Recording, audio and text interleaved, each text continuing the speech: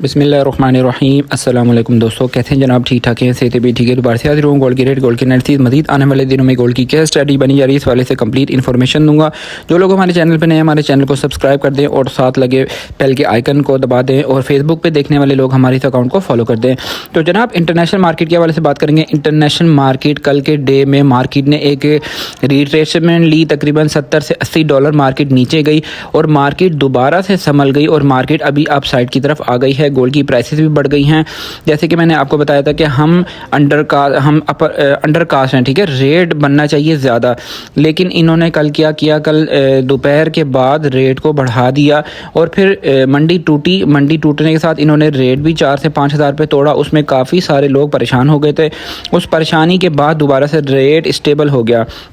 अभी सारी बात करेंगे आपसे इंटरनेशनल मार्केट की। आज की डे में जो ओपनिंग हुई है वो 3844 डॉलर फी ऑन्स के करीब करीब मार्केट ओपन हुई, जिसने 3840 का लो लगाया और 3861 का हाई लगाने के बाद ऑनवर्ड मार्केट इस वक्त बढ़ती जा रही है और 3862 डॉलर फी ऑन्स के करीब करीब इंटरनेशनल मार्केट चल रही है। और आज वीक की क्लोजिंग भी है और 2 दिन पहले मंथली क्लोजिंग जो है तारीख की बुलंद तरीन सतह पर इसने मार्केट ने अपनी क्लोजिंग दी है। और मार्केट की बढ़ने की वजह जो है वो सबसे पहले मैं आपको बताता हूँ। इंटरनेशनल मार्केट की बढ़ने की वजह है अमेरिका का शटडाउन। अमेरिका के शटडाउन की वजह से उनके गवर्नमेंट के जितने भी मामूलात हैं वो सारे इनके जो इदारे हैं उनको बंद कर दिया जाता है। और जब तक ये डेडलॉक जो है आवाम और ब्यूरोक्रेट्स के दरमियान जो कायम है, इस डेडलॉक की ऊपर जब तक कोई अमल दरामद नहीं होता, कोई कानून पास नहीं होता या उनकी आपस में डील नहीं हो जाती, तो ये डेडलॉक बरकरार रहेगा। 2018 में डोनाल्ड ट्रंप के आने के बाद भी डेडलॉक बरकरार था। उस टाइम भी ऐसी सिचुएशन थी। उस टाइम पे भी इंटरनेशनल मार्केट बढ़ी थी और डॉलर की प्राइसेस डाउन साइड की तरफ आई थी। इस वक्त भी डॉलर जो है ना डाउन साइड की तरफ आगे। डॉलर इंडेक्स की बात कर रहा हूँ, हमारा जो डोमेस्टिक लेवल पे इंटर बैंक है वो उसकी बात नहीं कर रहा। जो हम इंटरनेशनल जो DXY है ना वो डाउन साइड की तरफ आ गया है और स्टॉक मार्केट्स जो है ना डाउन साइड की तरफ आ गई। हमेशा जब भी डॉलर डाउन साइड की तरफ आता है तो ऑटोमेटिकली गोल्ड और डॉलर जो है ये पैरेलल चलते हैं, ठीक है, और गोल्ड और बिटकॉइन भी पैरेलल चलते हैं, ठीक है।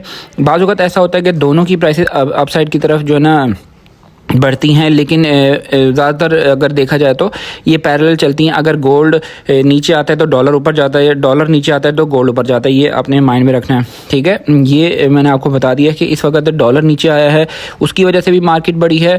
सेकेंडली, इस वक्त ग्लोबल फ्लोटेला जो कि एक मुहिम चल रही थी सारी दुनिया के ममालिक, जिसमें जो गैर मुस्लिम भी है, नॉन मुस्लिम भी हैं, वो लोग भी ग्लोबल फ्लोटेला में उन्होंने शिरकत की थी। और इसराइल की जानिब से क्या किया गया, इसराइल की जानिब से ये किया गया कि उन लोगों ने उसमें गिरफ्तारियां कर ली हैं, उन लोगों को जो है ना गिरफ़्तार कर लिया है। और ये जो इम्पैक्ट है ना, अभी ये पहले तो गज़ा के ऊपर, सिर्फ गज़ा और हमास के ऊपर वो लोग कार्रवाई कर रहे थे, अभी वो पूरी दुनिया के ख़िलाफ़ जो है ना खड़े हो गए। और हो सकता है कि आने वाले वक्तों में हम देखेंगे कि खाना जंगी की तरफ जा सकते हैं। हम अगर इस मामले को छोटा नहीं समझेंगे, क्योंकि जिन लोगों को, जिन ऑफिशियल्स को उन्होंने गिरफ़्तार किया है वो हर मुल्क से, किसी ना किसी मुल्क से उनका जो है ना ताल्लुक़ है। तो इसी वजह से जो है ना ये मार्केट का थोड़ा बहुत इम्पैक्ट उस चीज़ का भी, ग्लोबल फ्लोटेला का भी आया, ठीक है। और मज़ीद भी हो सकता है कि कोई ऐसी, अगर जिन जिन मुल्कों के लोगों को, ऑफिशियल्स को गिरफ़्तार किया गया, उनकी जानिब से अगर कार्रवाई की गई तो ये जो है ना मुल्की हालात ख़राब होंगे। और रशिया यूक्रेन का मामला जो है फ़िलहाल जो है ना उसमें कोई ऐसी ख़बर नहीं आई है, लेकिन रशिया कभी भी जब तक अपनी रियासत नहीं ले लेगा वापस, उस वक्त तक रशिया आराम से नहीं बैठेगा। तो ये सारी सिचुएशन मैंने आपको बता दी है।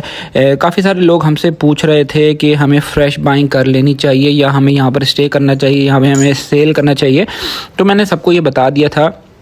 इंटरनेशनल मार्केट अपने लेवल्स पे बहुत ज़्यादा हाई पीक पर आ चुकी है। बाइंग प्रेशर आने की वजह से, बार बार बाइंग प्रेशर आने की वजह से मार्केट सेलिंग की तरफ नहीं गई। मार्केट को मैंने आपको बताया था कि मार्केट किसी भी वक्त 100 से 150 डॉलर की एक रिट्रेसमेंट ले सकती है, लेकिन मार्केट ने बड़ी रिट्रेसमेंट नहीं ली, शॉर्ट रिट्रेसमेंट ली है। तकरीबन 70 डॉलर की, 60 डॉलर की मार्केट ने रिट्रेसमेंट ली और उस रिट्रेसमेंट को जो मार्केट बुनियाद बना के मार्केट अप साइड की तरफ मूव करती जा रही है। इस वक्त जो गोल्ड की प्राइस है पीस की प्राइस दोबारा से बढ़ गई है, 4,09,500 रुपये पीस की प्राइस हो गई है। पठूर की प्राइस है 4,05,000 रुपये। 22 कैरेट फी तोले का रेट है 3,75,775 रुपये। 21 कैरेट फी तोले का रेट है 3,58,300 रुपये। चांदी का जो इस वक्त फ़ी तोला रेट है 5,900 रुपये पर तोला चांदी का फ़ी तोला रेट है। PSL पीस सेल हो रहा है 6,900 6,000 जो है ना 7,000 की कीमत में जो है ना PSL पीस सेल हो रहा है। ये लोकल चांदी बता रहा हूँ, लेकिन इस रेट पे भी लोकल चांदी आपको मिलती नहीं है। स्टॉक मार्केट होकर चल रही है 1,69,200 रुपये ये स्टॉक मार्केट है। और इस वक्त रावलपिंडी डिवीजन में बीस की प्राइस है 4,10,500 और पठूर की रवे की प्राइस है 4,06,000 रुपये। और इस वक्त जो पेशावर में पक्के तोले का रेट है वो है 4,23,500 रुपये पेशावर में पक्के तोले का रेट है। उम्मीद करता हूँ वीडियो आपको अच्छी लगी होगी। इस वीडियो को लाइक कीजिएगा, चैनल को सब्सक्राइब कीजिएगा। और किसी भी किस्म का आप गोल्ड का काम करते हैं, लेन देन करते हैं, उसका मैं ज़िम्मेदार बिल्कुल भी नहीं हूँ। मैं आपको अपने रिव्यूज़ शेयर करता हूँ, मैं आपको अपनी जो मेरी जो असेसमेंट हैं वो मैं आपसे शेयर करता हूँ, ठीक है। मैं एक ख़ुद कारोबारी बंदा हूँ, मैं कोई फाइनेंशियल एडवाइज़र नहीं हूँ। मैं आपको सिर्फ आपकी आसानी के लिए, आपकी इन्फॉर्मेशन के लिए सारी चीज़ें आपसे शेयर करता हूँ। इसमें इम्प्लीमेंट करना ना करना ये आपकी अपनी ज़िम्मेदारी है। टेक केयर, अल्लाह हाफ़िज़।